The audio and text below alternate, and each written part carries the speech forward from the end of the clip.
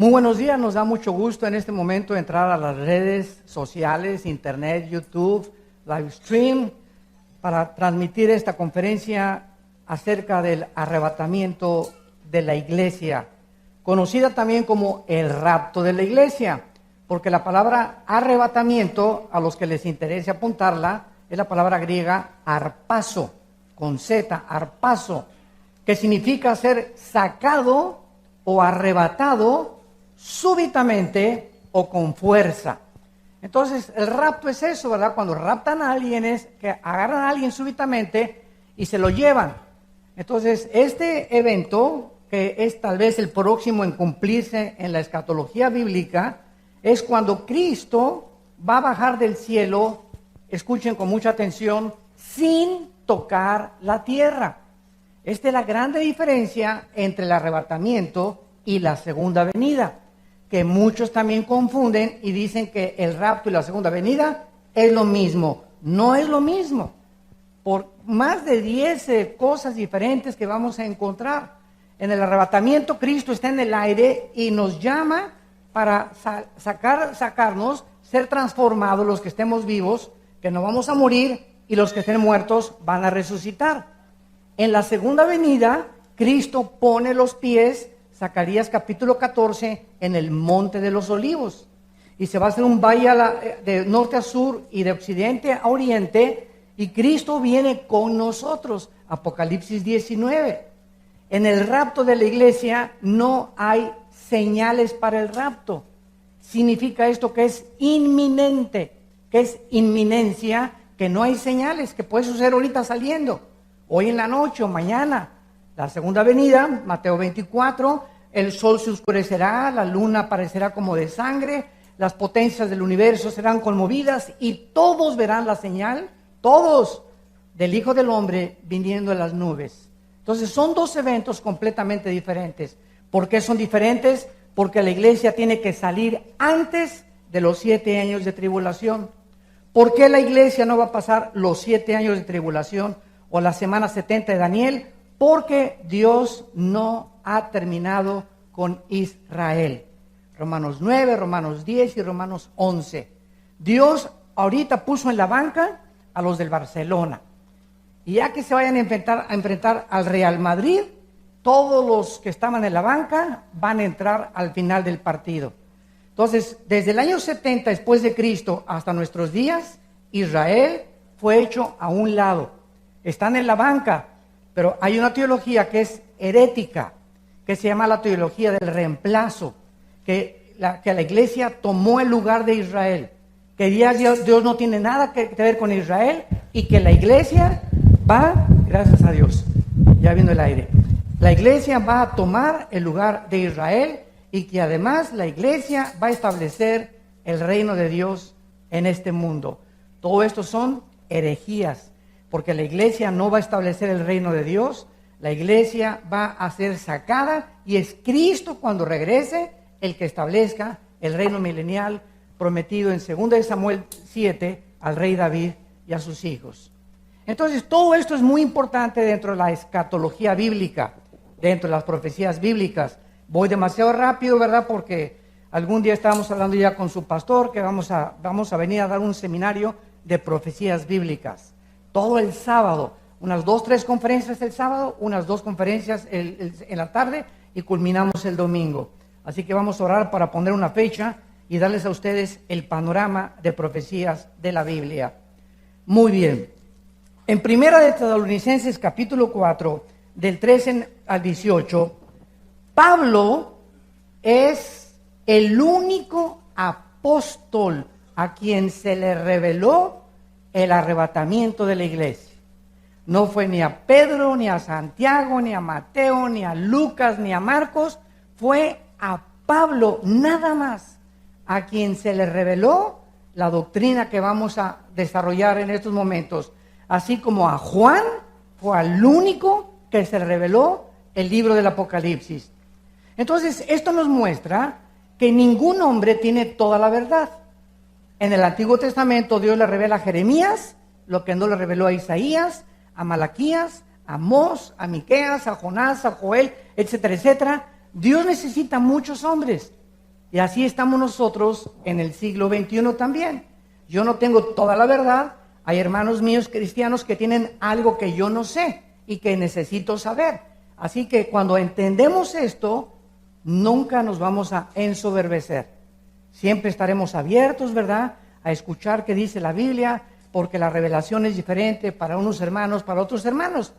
Por eso hay iglesia presbiteriana, iglesia bautista, iglesia pentecostal, iglesia nazarena, iglesia carismática, porque los presbiterianos tienen doctrinas, muy buenas teología, y hay cosas que nos sirven. Los bautistas le dan mucho énfasis al evangelismo, los carismáticos a los dones espirituales, y así todas las denominaciones se caracterizan por tener diferentes cosas que no son esenciales para la salvación, porque mientras todos creamos que Cristo murió en la cruz y que por su sangre Él nos perdona y que la salvación es por gracia, la justificación por la fe, no me importa qué título tengas aquí en la botella, que diga nazareno, presbiteriano, bautista, etcétera, pentecostal, vida nueva para el mundo, amistad cristiana, no importa el nombre de la botella, lo que a Dios le interesa es lo que está dentro de ti.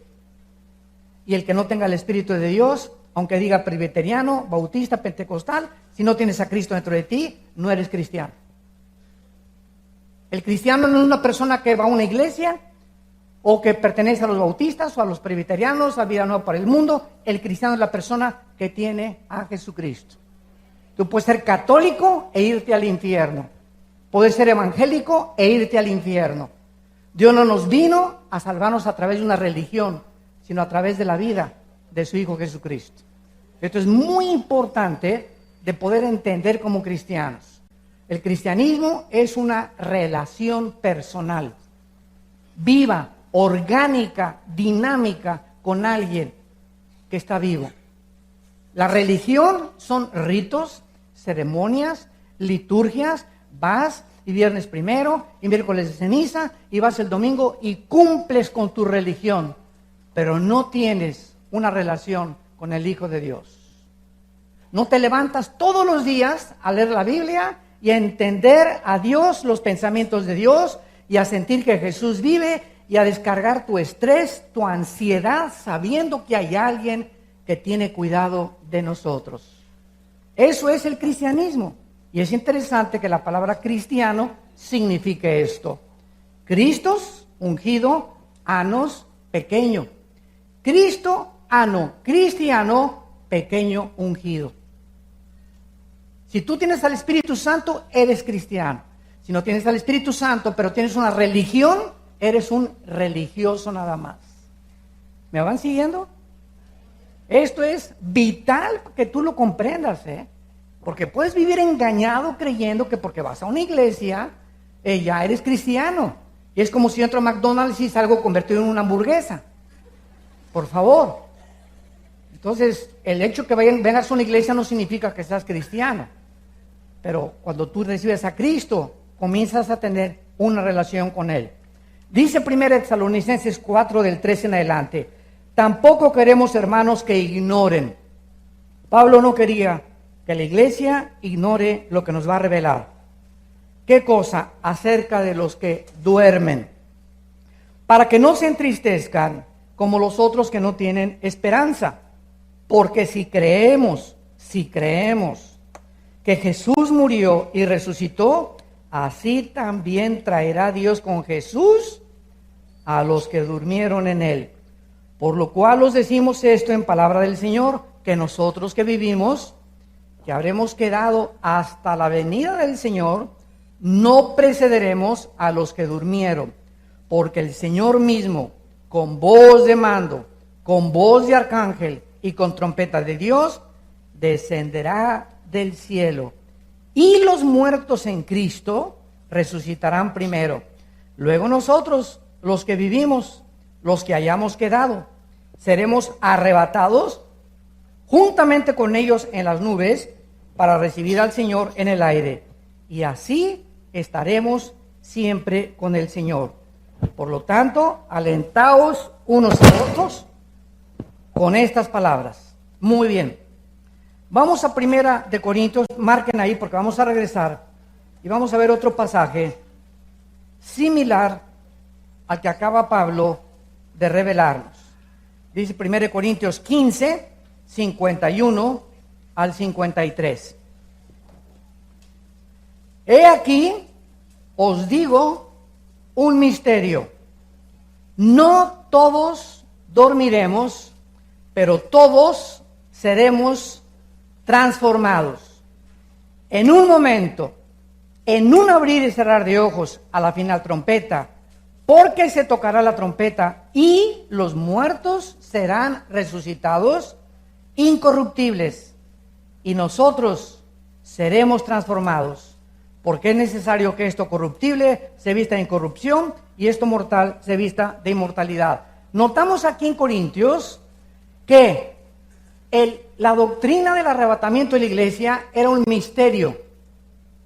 La palabra musterión en el griego, que significa algo desconocido o que no ha sido revelado. ¿Por qué? Porque en el Antiguo Testamento esta doctrina no fue dada a conocer.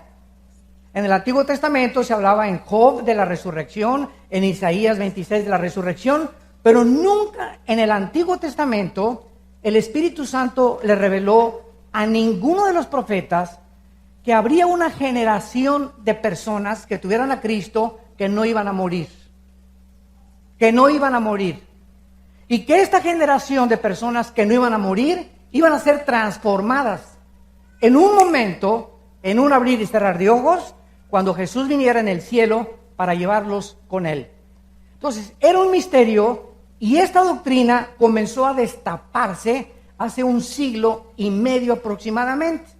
Yo me he encontrado escatólogos. Escatólogo es la persona que se dedica a estudiar la profecía, escatos más allá, logos conocimiento, más allá del futuro, que me han dicho, oye, pero esta doctrina del arrebatamiento es nueva. Claro que es nueva. Y les contesto por qué. Dios le dijo a Daniel, Daniel 12, 4 en adelante, Daniel, cierra estas palabras, o sea, ponle un candado a lo que te voy a decir. Y lo que te voy a decir no lo van a entender hasta el tiempo del fin. Van a pasar casi 2500 años, Daniel, sin que lo que yo te voy a decir lo van a entender, porque están selladas las profecías. Entonces, mientras nos acercamos al cumplimiento de las profecías de Dios, el Espíritu Santo nos va a comenzar, ya no hay revelaciones, nos va a iluminar de lo que ya está revelado, para que entendamos lo que corresponde a la época en la que estamos viviendo. Entonces, esta es la razón por la cual el Espíritu Santo comenzó a trabajar hace 1 siglo y medio, hace 2 siglos aproximadamente, que comenzaban a predicar y el rapto, y ha tenido mucha controversia el rapto, que no va a haber. Unos dicen que hasta que ni siquiera va a haber arrebatamiento de la iglesia, porque no quieren enseñar esta doctrina tan clara y tan importante, que habrá una generación de cristianos que no vamos a morir. Muy bien, vamos a 1 Tesalonicenses otra vez y vamos a explicar esto versículo por versículo. Dice así, versículo 13. Tampoco queremos, hermanos, que ignoren acerca de los que duermen. Vamos a comenzar con esta frase, los que duermen. Porque hay una secta que enseña que cuando una persona muere, está dormida literalmente. Y el hecho que se use la palabra dormir es como cuando tú te vas en la noche o hoy en la noche a la cama. Me acuesto y mi conciencia queda bloqueada. Me duermo durante 8 horas, pero mi conciencia, mi espíritu está vivo. No estoy desconectado, me desconecto de la realidad. Duermo, pero estoy inconsciente de la conciencia. Pero yo sigo activo en el espíritu operando. Entonces la palabra dormir no significa cesar de existir, ni tampoco significa que cuando morimos estamos en un estado inconsciente para ser despertados hasta que venga Jesucristo. Vamos a demostrarlo con las siguientes palabras. Vean lo que dice aquí en el versículo 14. Porque si creemos que Jesús murió y resucitó, así también traerá Dios con Jesús. ¿A quién va a traer cuando venga Cristo en el arrebatamiento? ¿A quién va a traer con él? A los que durmieron con él. Esto nos explica que los muertos que ya murieron están ya con Jesús. y no en el cementerio. Los muertos, si tú mueres hoy en la noche, te vas inmediatamente ausente del cuerpo, presente en el cielo, 2 Corintios capítulo 5. Entonces no hay tal cosa, ¿verdad?, de que estamos dormidos y que no hay conciencia después de la muerte. Pero vamos a demostrar esto desde el Antiguo Testamento y vayamos a Génesis 35. Génesis 35, versículo 18 y 29. Y aconteció que al salírsele el alma, pues murió, llamó su nombre Benoni, mas su padre lo llamó Benjamín. Versículo 29. Y exhaló Isaac el espíritu y murió, y fue recogido a su pueblo, viejo y lleno de días, y lo sepultaron Saúl y Jacob. La Biblia nos muestra etimológicamente, ¿qué significa etimología? El estudio de las raíces de las palabras. La palabra alma es nepesh, en el hebreo, apúntalo, nepesh.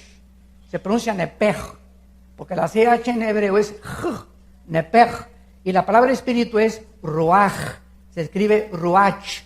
Entonces vemos aquí dos palabras completamente diferentes que el Espíritu Santo usó. Desgraciadamente hay una versión de la Biblia que ha alterado casi el 45% de la gramática bíblica, que se llama la Nueva Versión Internacional. Yo no lo recomiendo esta versión a ningún cristiano. Por ejemplo, aquí en Génesis 38, 35, 18, tradujeron en lugar de alma, suspiró. Imagínense qué diferencia hay, ¿verdad? Suspiró, cuando suspiró se murió. Oye, suspirar es esto. ¿Y eso qué me dice, verdad? Hasta mi perro hace eso. Entonces, qué triste que la palabra nepesh la hayan traducido como suspiro. Ahora, muy bien, la Biblia nos enseña que al morir, dos cosas se salen de nosotros. El alma, nepesh, y el espíritu, el ruach, o el ruach. ¿Cuál es la diferencia entre el alma y el espíritu? O como también enseñan muchas personas, es una dicotomía, o es lo mismo. No, no es lo mismo. La misma raíz de la palabra nos muestra que tienen que ser diferentes. No son sinónimas. La palabra alma es el asiento, apúntalo, de las emociones, los sentimientos, la voluntad y el intelecto. La palabra alma se tradujo muchas veces el corazón o la mente. Los sentimientos, la voluntad, el intelecto o el corazón. Y la palabra espíritu es la parte inmaterial. Porque escuchen esto, los animales tienen alma.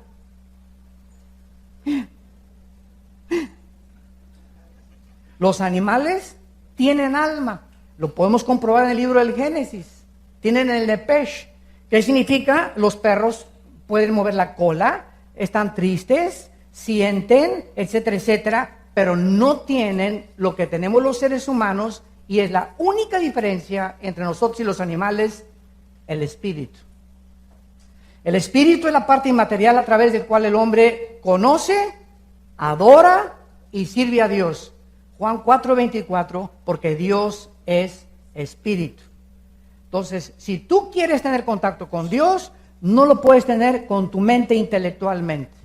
Por más doctorados que tengas en física, matemáticas, recursos, etcétera, etcétera, ciencias políticas, filosofía, la mente humana choca contra la mente de Dios, porque para entender a Dios necesito que su espíritu que inspiró la Biblia me abra el intelecto, me lo expanda y pueda con mi espíritu conectarme con la fuente de la energía, volver a enchufarme con Dios, y a través del espíritu Dios me manda la información a mi alma, a mi mente. Mi mente comienza a renovarse por la información que viene del espíritu y mi cuerpo se convierte en mi siervo. ¿Me van siguiendo? Muy bien, veamos otro ejemplo en Apocalipsis capítulo 6, de que cuando morimos, seguimos vivitos y coleando. No hay tal cosa como que estamos inconscientes, como enseña una secta que me reservo su nombre. Dice así, Apocalipsis 6, versículo 9, cuando abrió el quinto sello, vi bajo el altar las almas de los que habían sido muertos por causa de la palabra de Dios y por el testimonio que tenían. Juan está en el cielo y él está viendo. Pregunta: cuando se fue al cielo Juan y Dios lo sacó para llevárselo al cielo, ¿Juan estaba viendo con sus ojos físicos? No, ¿verdad? Porque dice la Biblia que la carne y la sangre no pueden heredar el reino de Dios. Entonces, el cuerpo de Juan se quedó en la isla de Patmos, donde él estaba exiliado, y Dios lo saca en el espíritu y se lo lleva al cielo, y en la otra dimensión, que es la eternidad, porque Dios habita la eternidad, y es donde están las almas ahorita, ya no están en las 4 dimensiones del universo que nos rodea a nosotros. Ahí Dios a Juan le permite ver. ¿Con qué ojos? Con los ojos espirituales. 1 Corintios capítulo 2, cosas que ojos no han visto ni han subido en corazón de hombre, son las que Dios le ha revelado a los que le aman.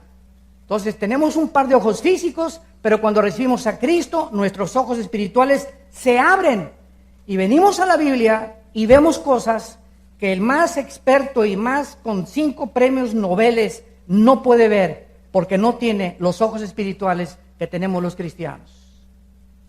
Por eso una persona no cristiana viene a la Biblia y choca con la Biblia.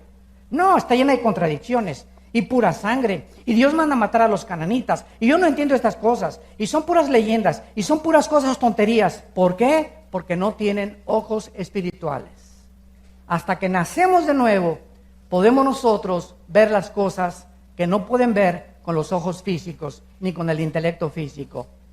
Entonces Juan, allá arriba en el cielo, dice: vi las almas de los que habían sido muertos por causa de la palabra de Dios y por el temor que tenían. O sea, aquí están los muertos en el cielo, no están dormidos, y Juan los está viendo.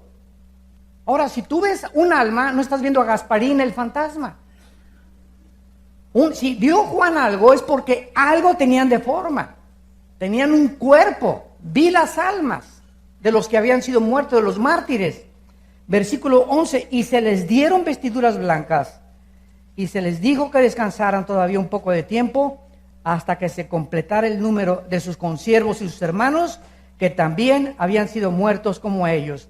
Pero en el versículo 10, dice así, que Juan vio a estas almas, y estas almas en el cielo se seguían comunicando. Y la comunicación que oyó Juan era entre estas almas y el Creador del universo.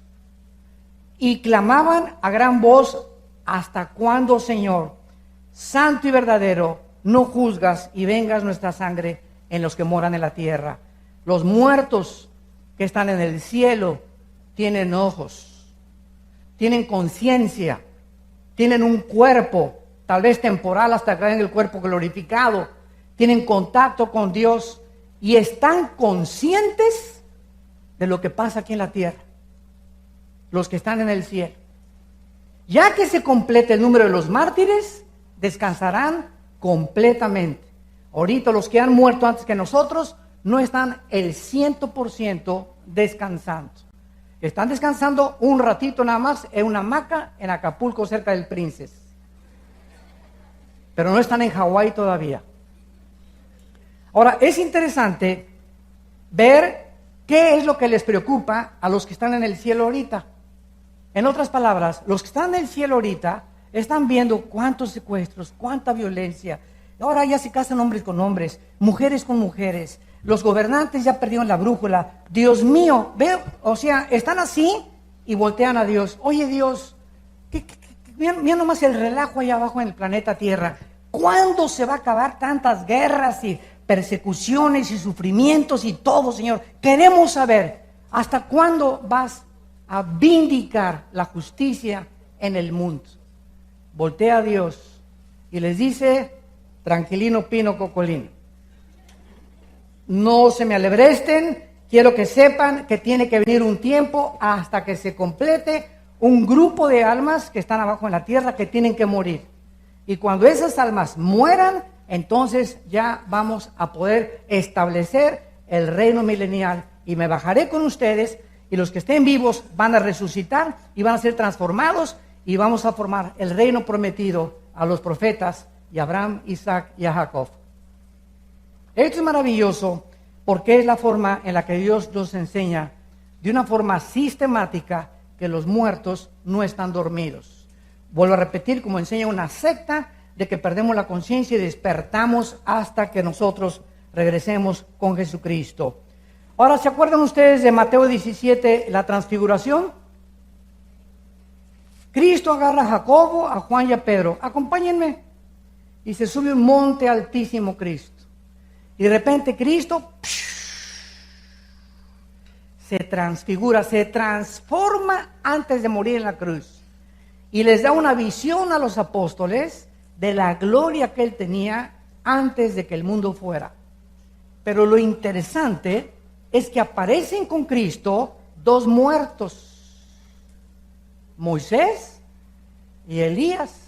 No estaban en un colchón Simmons durmiendo, estaban despiertos con Jesucristo, platicando con Él. Sabemos que Elías no murió, fue arrebatado por una carroza de fuego. Y Moisés nunca se encontró su cuerpo. Entonces ahí están Moisés y Elías platicando con Jesucristo acerca de las cosas que iban a venir. Y vemos que representan la ley y los profetas. Entonces es otro ejemplo que los muertos no están dormidos.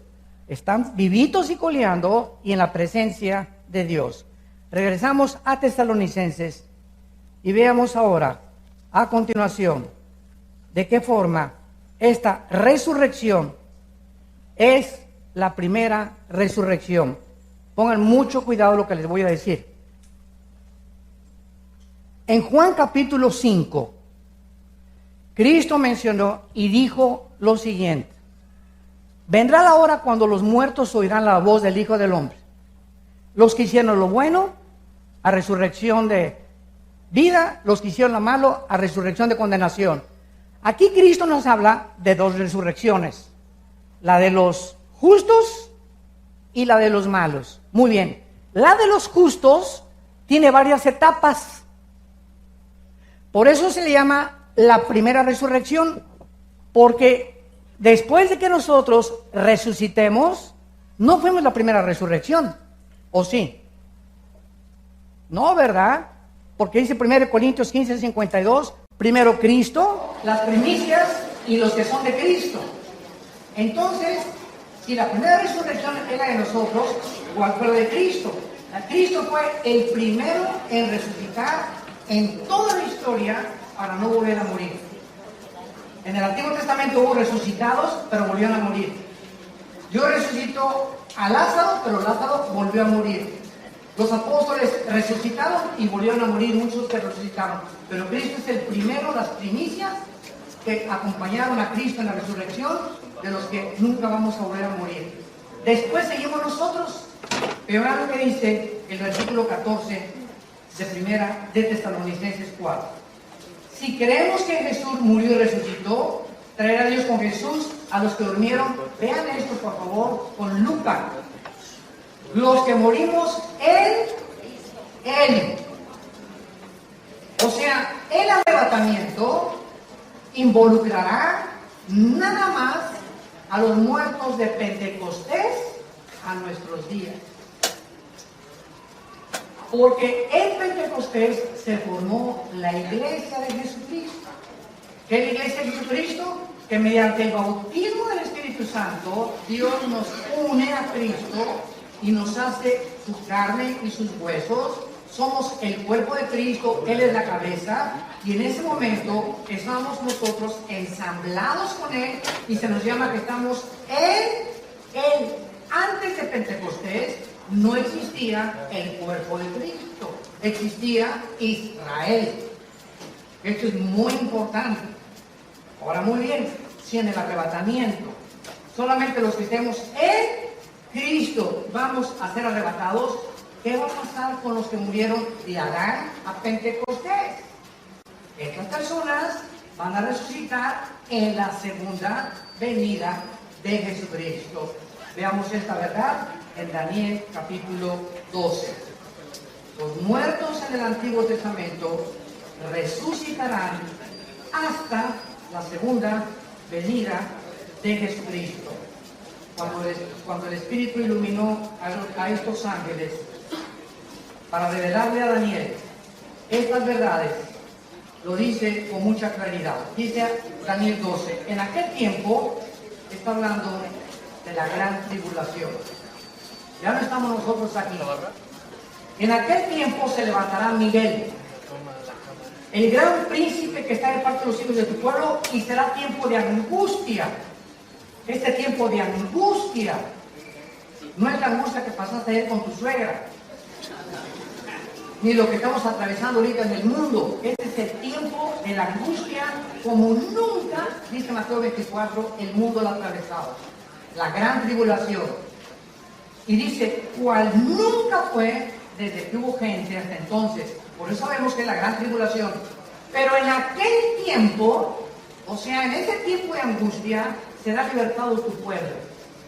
Todos los que están escritos en el libro, y muchos de los que duermen en el polvo de la tierra, serán despertados, o sea, resucitados, unos para vida eterna, otros para vergüenza y confusión perpetua. Vemos nosotros entonces que todos los santos del Antiguo Testamento serán despertados cuando Jesucristo venga después de la grande tribulación. Entonces vamos a seguir el orden. Primero Cristo en resucitar. Después sigue el arrebatamiento de la iglesia, que somos nosotros. Después de nosotros, Apocalipsis 7, una gran multitud que va a salir de la tribulación. Después, la cuarta resurrección, los 2 testigos, Apocalipsis 11, que van a ser resucitados en Jerusalén. Después, los mártires de la tribulación, número 5, llegamos 5 resurrecciones. Después, los santos del Antiguo Testamento, y finalmente, el mensaje de ayer en el desayuno, la resurrección de los malvados, que es el juicio del gran trono blanco. Hay 8 resurrecciones, y estas 8 forman parte de lo que se llama la primera resurrección, que es la de los santos, y solamente va a haber una, la de los malvados, que se presentarán delante de Dios para ser lanzados al lago de fuego, que fue el tema del desayuno ayer en la mañana. Ahora regresamos a Tesalonicenses 4 otra vez y veamos la doctrina del arrebatamiento de la iglesia. Porque el Señor mismo descenderá del cielo. El mismo Cristo que ascendió enfrente de los discípulos, Hechos 1, bajará personalmente, físicamente, del tercer cielo, del cielo atmosférico, para presentarse ahí en medio de sus ángeles y llamarnos, como lo vamos a ver, al sonido de una trompeta. En segundo lugar, con voz de mando. Esta palabra es usada como orden militar. Cuando un sargento le dice a un soldado, ¡firmes! No le está diciendo, por favor, ponte firmes, Pancho, ¿verdad? ¡Firmes! ¿Por qué? Le está ordenando, no le está pidiendo, le está ordenando, no le está diciendo, Panchín, ya te dije 3 veces que te pongas firmes, ¿eh? ¿Se imaginan ustedes? Se perdería completamente la disciplina, ¿no? Entonces, esta forma enfática de decir algo es la misma voz que Dios usó para resucitar a Lázaro de los muertos. Lázaro muere y tenía 3 días que la circulación de la sangre ya había cesado. Ya las neuronas cerebrales, dicen los médicos, que media hora sin oxígeno el cerebro muere. Y si resucitas o vuelves en sí, te vuelves loco con problemas mentales gravísimos por la falta de oxígeno. Lázaro tenía 3 días. Los muertos a las 5 o 6 horas, yo he tenido contacto con cantidad de muertos, se ponen fríos. Casi todos abren la boca así y después comienzan a poner morados, ¿verdad? Y comienza el deterioro celular del cuerpo inmediatamente. Entonces, Lázaro está muerto en la tumba, su espíritu se sale de Lázaro y el espíritu, quién sabe, la Biblia no nos dice dónde andaba, pero cuando Jesús dice, Lázaro, ven fuera, le estaba hablando a el espíritu. El espíritu, dice Santiago, que no, el cuerpo no puede vivir sin el espíritu, porque es el espíritu el que le da vida a nuestro cuerpo. Entonces, el espíritu de Lázaro regresa a Lázaro, se mete en el cuerpo de Lázaro y comienza a reintegrar comienza a transformar, a rehabilitar completamente el sistema nervioso, la sangre, todo, y Lázaro sale otra vez con un cuerpo como el antes de que fuera enterrado. Es la misma voz que Dios usará y que solo nosotros vamos a oír en el cielo. Vengan a mí. Nadie lo va a oír y de repente vamos a oír una voz como de trompetas o como de truenos de relámpagos y como si fuera un grande mare magnum ahí en el universo, y solamente nosotros lo vamos a oír. De repente en menos de segundos, mi esposo, viejo, ¿dónde andas? Qué bueno que ya no lo encuentro. Muchos van a decir eso, ¿verdad? O al revés, ¿verdad? Mi vieja, ¿dónde andas? Qué bueno, ojalá que ya se haya ido. Estarán dos en el campo, uno será tomado, otro será dejado. Aviones van a chocar en el aire porque los pilotos desaparecieron. Habrá una congestión en las carreteras porque los choferes desaparecieron. Todos los niños en los cuneros van a desaparecer en el mundo entero porque todos los niños son de Dios, ¿verdad? Va a haber una confusión de los noticieros de televisión, en el radio. Millones de personas desaparecieron del mundo y van a comenzar a preguntarse todos los políticos, tu padrino Walter Mercado, todos los astrólogos, ¿verdad? ¿Dónde estarán? ¿Dónde estarán? ¿Qué fue lo que les pasó? Ya saben ustedes la respuesta y qué es lo que el mundo va a contestar. Se los llevaron los ovnis. ¿Saben ustedes? Fíjense ustedes, los que son cristianos y tienen discernimiento. La aparición de los ovnis comenzó en 1948, cuando Israel regresó a su tierra. No es coincidencia. ¿Por qué? Porque desde 1948 comenzó la cuenta regresiva de Dios. Tenía Israel que regresar a su tierra para que las demás profecías se pudieran cumplir. Si Israel no hubiera regresado a su tierra, no se podría cumplir ni el anticristo, porque él va a pelear contra Israel, no se podría cumplir el aumento del conocimiento, no se podrían cumplir ninguna de las profecías de los últimos tiempos. Entonces, Israel tenía que regresar y desde el 48 aparecen fenómenos o objetos voladores no identificados. Y cuando venimos a la Biblia, encontramos que sí existen extraterrestres, pero no son marcianos, ni venusinos, ni mercurianos, ni plutonianos. Los extraterrestres son ángeles que sirven a Dios. Y hay una tercera parte de esos ángeles que se revelaron guiados por un querubín llamado Lucifer. Ezequiel 28, Isaías 14, 12 al 14. Y se llevó a la tercera parte de los ángeles para luchar contra Dios y contra nosotros. Estos ángeles caídos tienen poder sobrenatural. Se pueden materializar, pueden alterar la energía, pueden alterar el ADN y producir monstruos humanos, como los produjeron en Génesis capítulo 6, gigantes de 4 metros con 12 dedos en las manos y 12 dedos en los pies. Estos ángeles caídos están comenzando a preparar el escenario para que cuando venga el arrebatamiento de la iglesia, el mundo pueda tener una respuesta, los extraterrestres. ¿Saben ustedes que la Organización de las Naciones Unidas, la ONU, nombró a una mujer hindú como directora de investigación del mundo extraterrestre? El Vaticano tiene el observatorio más grande del mundo en el estado de Colorado, en Estados Unidos. El telescopio más grande comisionado para investigar para que si hay extraterrestres, el Vaticano les perdone sus pecados. Y el observatorio se llama Lucifer. Increíble. Chéquenlo en el internet, en cualquier lado. El observatorio se llama Lucifer. Entonces, vemos nosotros que la confusión tan grande en el mundo ahorita, y tenemos la luz y la verdad en las Sagradas Escrituras. Entonces, vemos que todo esto del arrebatamiento de la iglesia cobra relevancia con los acontecimientos que nos están rodeando actualmente. Ahora, a continuación dice, con voz de arcángel. En la Biblia se mencionan varios arcángeles, pero solo el nombre de uno solo, Miguel. El arcángel Miguel, que está comisionado para proteger a la nación de Israel. Y si ustedes, sociólogos que nos escuchan, o arqueólogos o antropólogos que nos visitan, estudian los pueblos, las civilizaciones y las tribus, van a descubrir que en toda la cultura y en toda la historia humana de los sumerios, babilonios, egipcios, persas, griegos, romanos, nunca ha existido ninguna cultura, ninguna civilización como los judíos. Como los judíos. Con el preciso objetivo de que Dios los escoge precisamente para que se concentre nuestra atención y veamos en ese pueblo que no son diferentes a ti y a mí.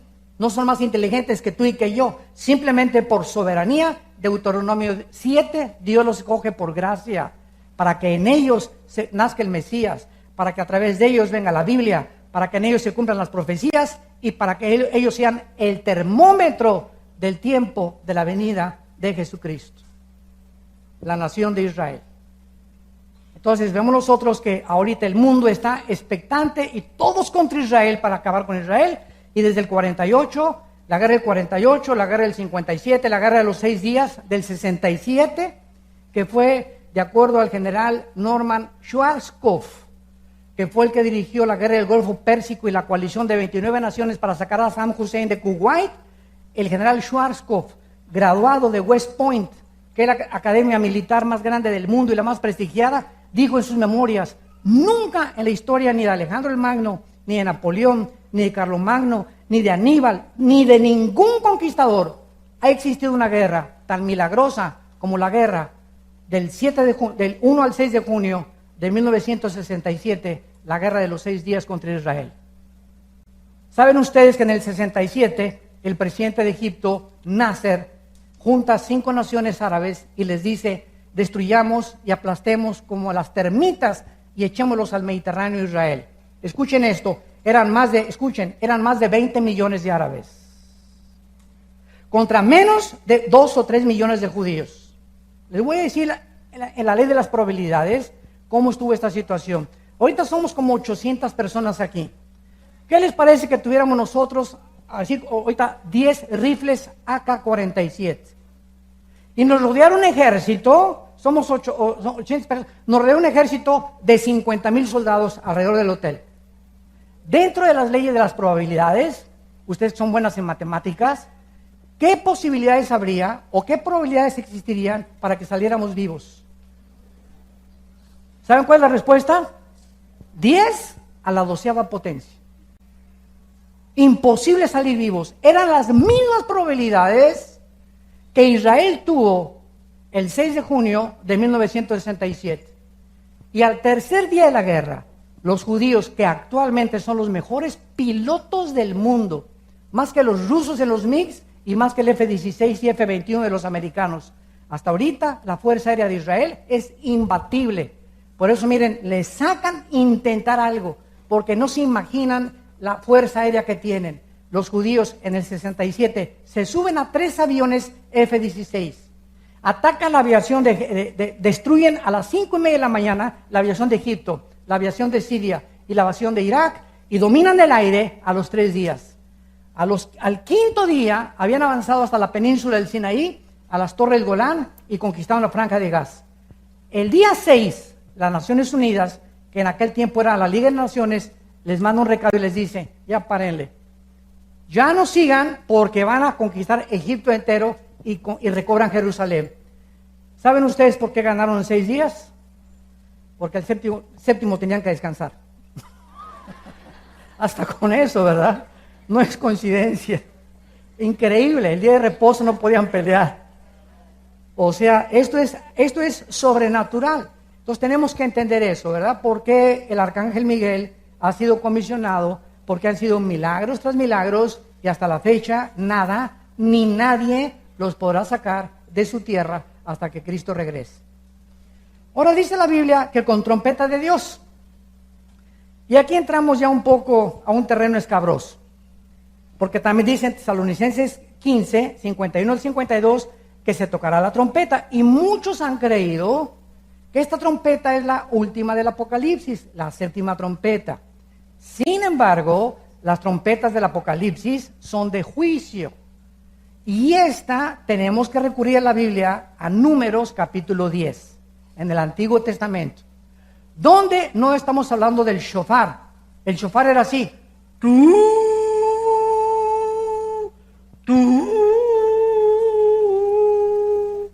Así se tocaba el shofar, que era un cuerno de carnero. Y las trompetas es... Es muy diferente el sonido. Entonces, en Números, y aquí se usan trompetas de plata, no el shofar. Esto es muy importante. En Números 10, Dios le dijo a Moisés, cuando quieras reunir al campamento, toca la trompeta. Y el pueblo va a oír, que significa, reúnanse, vengan rápido aquí al tabernáculo, reúnanse alrededor, porque les vamos a dar órdenes. Y había otra orden que para cuando los enemigos los atacaban. Eran 2 sonidos de trompeta. Léelo llegando a tu casa, Números 10, del 1 al 10. La trompeta que se está tocando aquí es precisamente para reunir al pueblo de Dios. Ahora, síganme con cuidado. ¿Cuántas fiestas tienen los judíos? Ya se lo estoy diciendo. ¿Qué pasó? ¿No que ojos espirituales? Tus ojos físicos nomás vieron así, ¿verdad? Las manos. Pero los que tienen ojos espirituales vieron 7. Muy bien. Israel tenía 7 fiestas. Ahora, escuchen esto. Las fiestas no eran de Israel, eran de Jehová. Que Dios le dio a Israel para que las celebraran, pero eran fiestas de Dios. Eran fiestas de Jehová. Ahora, era Pascua, los primeros frutos, los panes sin levadura y Pentecostés. ¿Verdad? ¿Y cuántas fiestas faltan? Faltan 3 fiestas. Ahora, Cristo cumplió 4 fiestas. La última fue Pentecostés. ¿Cuántas fiestas faltan? Faltan 3. Las primeras 4 se cumplen en la primavera. Abril, o más o menos marzo y abril. Y las otras se cumplen en septiembre y octubre, que son Rosh Hashanah, las trompetas. Después viene la expiación, Yom Kippur, y los tabernáculos la vamos a celebrar cuando Él venga en el milenio. Ahora, si Cristo cumplió las 4 fiestas, Él tiene que cumplir forzosamente, porque son de Él, las 3 que faltan. La próxima es la de las trompetas. Entonces, de acuerdo a la cronología bíblica, escatológicamente hablando, la fiesta de las trompetas se tiene que llevar a cabo. Y se va a llevar a cabo cuando Cristo venga. Yo hace 1 año, 2 años, en un congreso de profecía, compartí esto. Cristo viene en septiembre, pero me lo tomaron a mal. Me dijeron, no, es que el hermano Dussin dijo que venía en el 2015 de septiembre. Yo no dije el 2015. Yo estaba en el 2015, pero yo no estaba diciendo que dije en septiembre, queriendo decir que puede ser en cualquier mes de cualquier año, porque el día y la hora nadie la sabe. Pero podemos saber más o menos cuando los cielos se llenan de arreboles y de nubes, que va a llover. Así Cristo criticó a los fariseos. Ustedes tienen que entender las señales de los tiempos. El día y la hora nadie la sabe. Y tengan cuidado cuando alguien diga, Cristo viene el 15 de septiembre, o el 20 de septiembre, o en julio. Tengan cuidado, son falsos profetas. Nadie puede predecir el día ni la hora en que Cristo va a venir. Tal vez venga a cumplir la fiesta de las trompetas. Yo personalmente, en mi opinión personal, creo que el arrebatamiento, si tiene lugar, va a tomar lugar en el mes de septiembre. No sé el día, el 5, el 6, el 8, no sé qué, pero yo creo que tiene que cumplirse el arrebatamiento en la fiesta de las trompetas. A lo mejor me equivoco, no lo sé, es mi opinión particular. Entonces, esto es interesante porque mientras más nos acercamos, estudiamos más y más de qué forma el Espíritu Santo nos revela la profecía de Dios. Ahora dice la Biblia que cuando Cristo venga, descenderá del cielo, resucitaremos, y la pregunta es la siguiente: ¿cómo van a ser nuestros cuerpos? Me parecería a John Travolta, o a Madonna, o a Miss Venezuela. Los que tengan 20 años, los que mueran de 70 años tendrán 50, 30 o tendrán 25 años. ¿No se han preguntado eso? ¿Verdad? Y ¿sabes una cosa? Que tenemos muchas respuestas en la Biblia que vamos a contestar y muchos de ustedes se van a sorprender. ¿Quieren saber cómo va a ser nuestro cuerpo? Vamos a comenzar en Filipenses capítulo 3. Y esta es la última parte de este estudio. Filipenses capítulo 3, versículo 20 y 21. Quiero antes preguntarles algo. ¿Están aprendiendo algo? Más les vale. Con tanto calor, ¿verdad? Mas nuestra ciudadanía, Filipenses 3, 20 y 21. Nuestra ciudadanía está en los cielos, donde también esperamos al Salvador, al Señor Jesucristo, el cual, ahí está, transformará, esta palabra metaschematizo en el griego, metaschematizo significa cambiará de forma, el cual transformará el cuerpo de la humillación nuestra para que sea semejante al cuerpo de Tom Cruise. Eso dice de Rambo. Nuestro cuerpo va a ser exactamente igual con las características del cuerpo con el cual Cristo resucitó a los 3 días. Igual, semejante al cuerpo con el cual Cristo resucitó. Muy bien, vamos por orden. ¿Qué características tenía el cuerpo de Cristo cuando Él resucitó? Número 1, Juan 19, 34. Cuando el apóstol Juan se acerca a la cruz y el centurión romano, para asegurarse de que Cristo estaba muerto, porque los romanos, soldados, tenían la orden de que no podía ningún crucificado bajarlo vivo. Entonces, por si, como decimos en México, por si las flies, por si las moscas, decían los romanos, este no está muerto, agarraban un garrote y le rompían los meniscos de las rodillas, de las piernas, para que el cuerpo se cayera sobre el diafragma y si no estaban muertos, murieran asfixiados.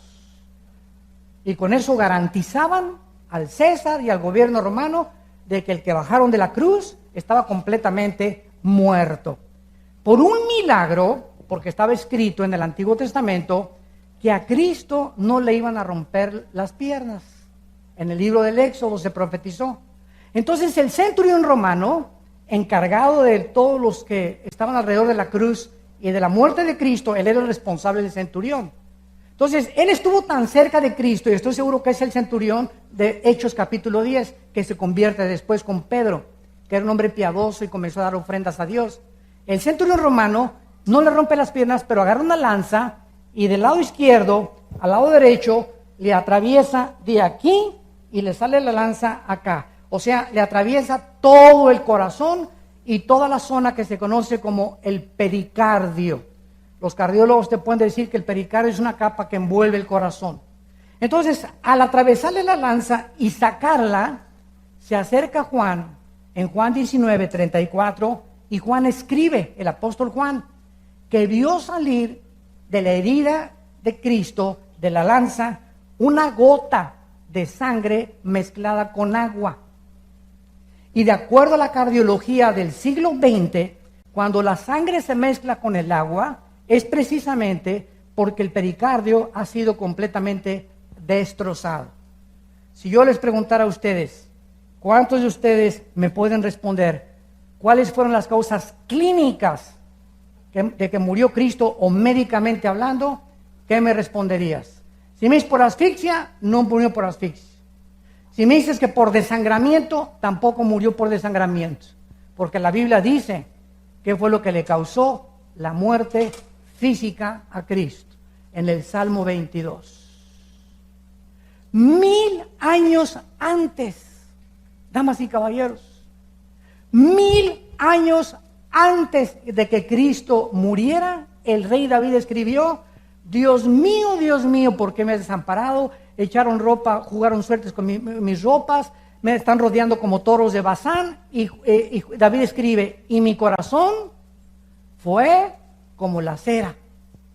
En otras palabras, lo que ocasionó la muerte de Cristo fue que a las 3 de la tarde, de las 12 a las 3, lo crucificaron a las 12, a las 3 de 12 a 3, el sol se oscurece y el Padre no le permite a ningún ser humano ver en esas tinieblas qué pasó entre el Padre y entre el Hijo. Las tinieblas cubrieron el mundo. Y fue un misterio esas 3 horas. Algo pasaba ahí en la cruz entre el Padre y el Hijo. Pero Cristo grita, Lama, lama sabactame.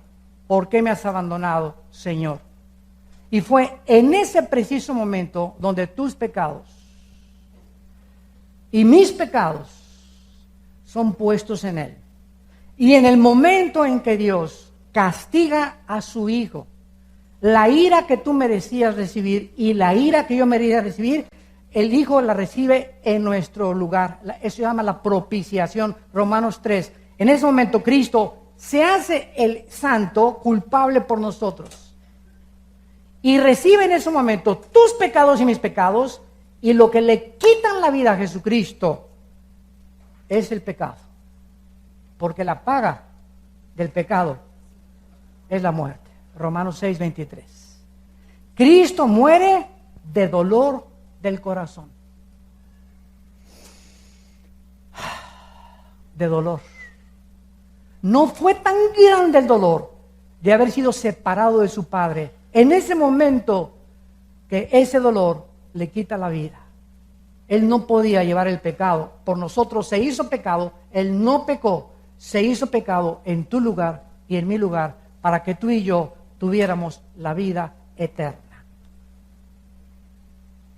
Así que nuestro cuerpo resucitado será sin sangre. Número 2, Lucas 24. Ya no habrá circulación de sangre cuando resucitemos.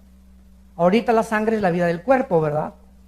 Pero cuando resucitemos, será un cuerpo sin sangre. Número 2, vamos a comer. No sé si pescado al mojo de ajo, a la plancha, ahora bueno, allá de Barra Vieja de Beto Godoy, ¿verdad? Pero vamos a comer. Y cuando Cristo resucitó con el cuerpo glorificado, en Lucas 24, en el camino de Maús, les pidió de comer y le dieron pescado y miel. Así que vamos a tener no sé qué tipo de intestinos, ni tampoco qué clase de estómagos, pero será algo que funcione sin sangre. Podremos seguir comiendo y bebiendo. En Isaías 65 y 66 dice que vamos a comer frutas y legumbres nada más.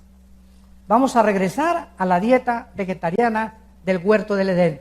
¿Por qué? Porque ya no se van a matar a ninguno de los animales. El león morará con el cordero, la víbora jugará con el niño y ya no habrá más maldad en mi santo monte. Número 3, sin sangre podemos comer. Y número 3, cuando Cristo resucitó, se juntaron los apóstoles y estaban todos reunidos en una casa. Y en ese momento Tommy Boy, dijo, oye Tommy, le dijeron, ¿qué crees que resucitó el Señor? Ya fue María a la tumba y la ropa estaba completamente así doblada y no estaba el cuerpo de Cristo. Si se lo hubieran robado, se lo hubieran llevado, ¿verdad? O hubieran aventado y prestado dobladita así en orden. Nadie va a robarse el cuerpo y lo va a poner así hasta planchadito, ¿verdad? Arriba de la tumba. Y Tomás dijo, no, a mí no me vengan con esos cuentos. Yo hasta que no toque mis manos, sus manos, y la herida de la lanza, yo no voy a creer. Entonces, estaban ahí los apóstoles cuando Cristo atraviesa la pared. Y cuando le habla a Tomás, Tomás se acerca y le dice Cristo, come here, Tommy Boy, ven para acá. Pon tu mano en mi mano. Vean esto con mucho cuidado. Cuando Tomás toca las manos de Cristo, no las atraviesa. No era un espíritu. Tocó algo sólido. Tocó algo sólido. Y cuando Cristo le dijo, pon tu mano aquí, y Tomás tocó la herida, tocó algo sólido. ¿De qué nos habla esto? Que nuestros nuevos cuerpos van a poder materializarse y desmaterializarse a voluntad. Al mismo tiempo que el cuerpo de Cristo era sólido, su composición molecular atravesó la pared. Yo ahorita si cierro mi mano y le hago hacia el púlpito, me estrello contra el púlpito, porque los átomos que componen la materia de este acrílico son más gruesos que los átomos que componen mi mano. Pero el cuerpo nuevo que vamos a tener se va a poder atravesar la materia y nos vamos a poder desmaterializar. Ahorita los ángeles tienen esos cuerpos. Por eso los ángeles pueden aparecerse de repente con forma humana y desaparecer, porque tienen esa característica. Y finalmente, nuestros nuevos cuerpos serán no sujetos a las leyes físicas del universo en que vivimos. Hechos 1, del 6 al 11. Ya Cristo se despide de los discípulos. Ya me voy. Y de repente Cristo, ¿qué comienza a hacer? Comienza a vencer la ley de la gravedad. El cuerpo resucitado de Cristo se comienza a elevar. La fuerza de la gravedad que rige ahorita el planeta no opera en el cuerpo de Cristo, comienza a volar. Y comienza a elevarse Cristo y a ser sacado del mundo, y los ángeles se aparecen y le dicen a los apóstoles, ¿por qué están viendo a aquel que se va? Así como se va, así va a regresar. Físicamente, tal vez en nuestra época. Entonces, estas son las características del cuerpo que nosotros tendremos. Yo me preguntaba hace algún tiempo, ¿cómo será nuestro cuerpo cuando Jesucristo regrese de 40 años? Fue la primera pregunta que les hice y sentí que Dios me decía, ¿a qué edad murió Cristo? A los 33. Pregunta, piensen bien lo que van a contestar. Si Cristo hubiera seguido viviendo, su cuerpo se hubiera descompuesto y hubiera tenido que morir. Ah, ¿verdad? Dice mi compadre, échame ese trompo a la uña. Si Cristo hubiera seguido viviendo, se hubiera descompuesto molecularmente o celularmente y hubiera tenido que morir como tú y como yo. No, la respuesta es no. Por eso, exactamente a los 33 años, Dios se lo lleva, porque de acuerdo a Dios, los 33 años es el punto cúspide donde se alcanza la juventud. Todos los que estamos aquí, bueno, menos yo, que ya pasamos de los 33, de los 33 comenzamos a bajar a una velocidad impresionante de descomposición celular. Comienzan a fallar los ojos, la vista, el hígado, el estómago. Por eso, dichosos y felices los jóvenes que hacen ejercicio y que se mantienen después de los 30, y las señoras también de los 40 años haciendo ejercicio y bebiendo mucha agua, porque es la única forma de llegar a los 70, 80 con fibra como los toros de Bazán y dando fruto como las palmeras y como los cedros del Líbano. Es la única forma de mantenerte con vigor y con energía después de los 40, 50 años de edad. Entonces yo pienso que si Cristo muere a los 33 años, todos nosotros cuando muramos vamos a tener o 33 máximo, ninguno se va a tener cara de doña Clotilde, ni viejito, ¿verdad? Ni cloaca, vamos a tener cara de jóvenes todos, ¿verdad? Ya sin orejas de papalote como algunos la tenemos, ¿verdad? O nariz de perico, de cotorro, o ¿verdad? Vamos a tener cuerpos perfectos. Y la última pregunta es, ¿habrá reproducción sexual? ¿Seguiremos teniendo hijos e hijas? No, hermano, porque Cristo dijo que en el cielo seríamos como los ángeles, que no nos íbamos a casar. Fíjate lo que otra vez esa pregunta. En el cielo los ángeles no se casan, pero aquí abajo sí nos casamos. ¿Por qué nos tenemos que casar aquí en la tierra? Porque necesitamos un juez por lo civil que garantice que le voy a ser fiel y que si le pongo los cuernos a mi esposa, ella vaya a la ley y me obligue a darle el mantenimiento a mi esposa y a mis hijos que abandoné. Pero en el milenio no va a haber un juez, no nos vamos a casar. Pero si leen Isaías 66, donde se describe la vida del milenio, dice, y no darán luz para maldición. En el milenio seguiremos reproduciéndonos. Si no fuera así, ¿para qué siguen los sexos en el milenio? ¿Que nomás como los chinitos nomás milando? ¿Verdad, mi amor? Ahora, ¿quién te va a tocar? No sé.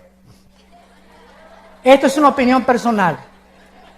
Muchas, no, que el rey David, papucho de papuchos, el rey David, ¿verdad? Pues yo, la princesa de Shiva, ¿verdad? Que la reina de Saba, etcétera, etcétera. No sabemos, ¿verdad? Y es especulación. Pero lo único que yo sé es lo siguiente. Como dice la Biblia, Salmo 112, versículo 2, que la generación nuestra será bendita. Todas las familias, es mi opinión personal, basado en esto, de que todas las familias que aquí en la tierra, si una pareja se amaron, por ejemplo, ahorita, un ejemplo, el doctor Billy Graham, que tiene 97 años, todos los días le da gracias a Dios de reunirse algún día con su esposa, que ha sido el evangelista que más millones de almas ha ganado en toda la historia de la iglesia, y que se amaron entrañablemente. Y muchos hombres que yo conozco de Dios no se vuelven a casar, siempre con la esperanza, quiero reunirme otra vez con mi esposa. Yo creo que Dios les dará las peticiones de su corazón, y que matrimonios que se amaron así intensamente seguirán juntos también por toda la eternidad. Y ya después del milenio que viene la eternidad, ya no sabemos, porque hasta Apocalipsis 22 se cierra la revelación de la Biblia. Oremos. Padre, gracias por tu palabra. Gracias por todos los misterios escondidos que tú te ha placido revelarnos a través de las Sagradas Escrituras, y de saber que la bienaventurada esperanza y manifestación gloriosa de Jesucristo la anhelamos con todo el corazón, echando toda nuestra ansiedad sobre Él, porque Él tiene cuidado de nosotros. Por nada estén afanados, no permitan que ningún problema del mundo les quite la paz. Mi paz les dejo, mi paz les doy, no como el mundo la da. Te doy una paz que la fe la vas a demostrar durmiendo en la tormenta. No se puede demostrar que creemos en Dios más que cuando estamos rodeados de problemas. Tenemos esa paz que sabemos que nada ni nadie nos podrá separar de su amor eterno, porque somos más que vencedores. Somos sus hijos, le pertenecemos.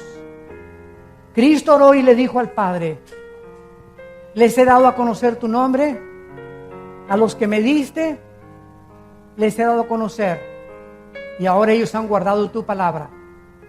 Y las palabras que me diste, Padre, se las he dado a conocer, y ahora ellos han conocido que procedo de ti y que vine de parte tuya a darles el poder de la vida eterna.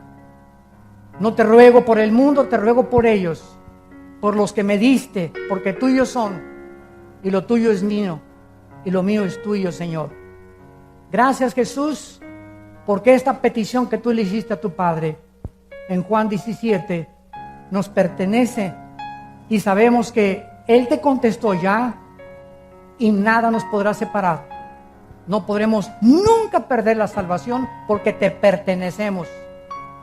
Ni lo presente ni lo porvenir, ni la pobreza ni la desnudez, ni los demonios ni la espada, ni la persecución ni la tribulación nos podrán separar jamás de la vida en Cristo Jesús. Si tú en esta mañana no tienes a Jesucristo en tu vida, ni esta bienaventurada esperanza, ábrele tu corazón, invítalo a tu vida, y recibirás el perdón de tus pecados y el regalo más grande que pueda una persona recibir, la vida eterna. ¿Qué tengo que hacer?, me preguntarás. Dile estas siguientes palabras con todo tu corazón: Señor mío y Dios mío, perdona mis pecados. Creo que en esa cruz con tu sangre pagaste por ellos, y que a los 3 días resucitaste de los muertos. Como creo que vives, Señor Jesús, te invito en este instante a mi vida como mi Señor y Salvador. Te recibo por la fe, sabiendo que me das la vida eterna y el poder de vivir una vida que te agrade de aquí a la eternidad. En el nombre de Jesús.